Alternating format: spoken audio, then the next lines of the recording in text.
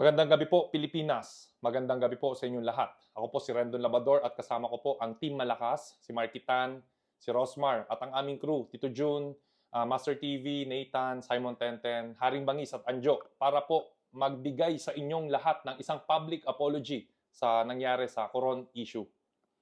So ayun po, dito po kami lahat para po humingi ng dispensa sa nangyari. Alam po namin mali po yung ginawa namin, sumobra po kami sa action sa nagawa namin and humingi po kami ng dispensya gawa ng nagpadaan kami sa emosyon. Tao lang din po kami, nagkakamali po kami and ina-admit naman po namin yung pagkakamali namin. Ayun po, pasensya na po kay Ma'am Jo, sa munisipyo at lalong-lalo na po kay Mayor at siyempre po sa bayan po ng Coron, Palawan. Sorry po talaga na parang pinost ko na never again Coron, hindi ko po sinasadya na i-generalize po kayo.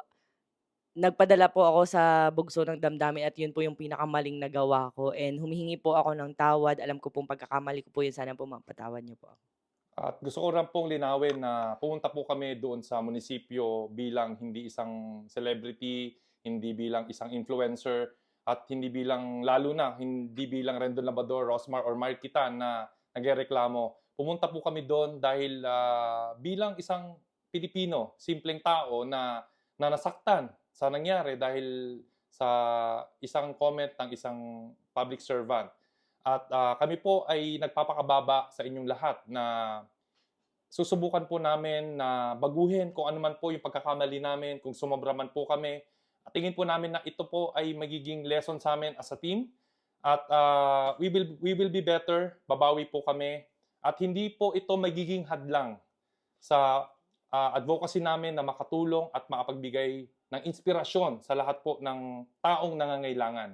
Ang Team Malakas po ay magpapatuloy at hindi po kami titigil sa pagbibigay ng kasiyahan, charity sa tao.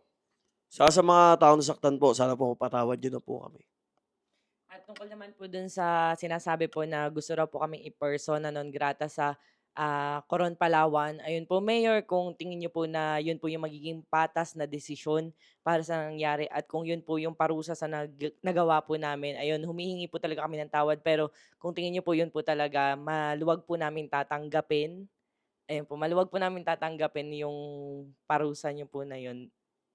Ngayon, bottom line po, yun, Ma'am Jo, pasensya na kung naging ganun ang aking aksyon, kung napasobra man, at mga tao sa munisipyo, kung naramdaman nyo po na disrespect ko po kayo, at lalong-lalo na po sa mahal nating Mayor.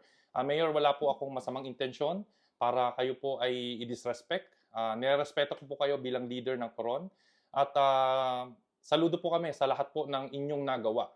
At sana, Mayor, kung makakarating man po sa inyong itong video na to, ako na lang po sana ang tatanggap ng persona non grata dahil nakita ko po ang sinseridad ng mag-asawang Nathan at Rosmar sa pagtulong.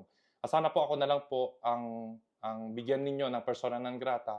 At hiling ko po na sana kung ito man po ay magiging matutuloy, gusto ko pong hilingin sa inyo, Mayor, na sana bigyan nyo pa po ako ng huling pagkakataon na makadalaw sa Coron dahil po napangako ko po sa aking pamilya na ipapasyal ko po sila sa Coron para makita ko po sila maging masaya.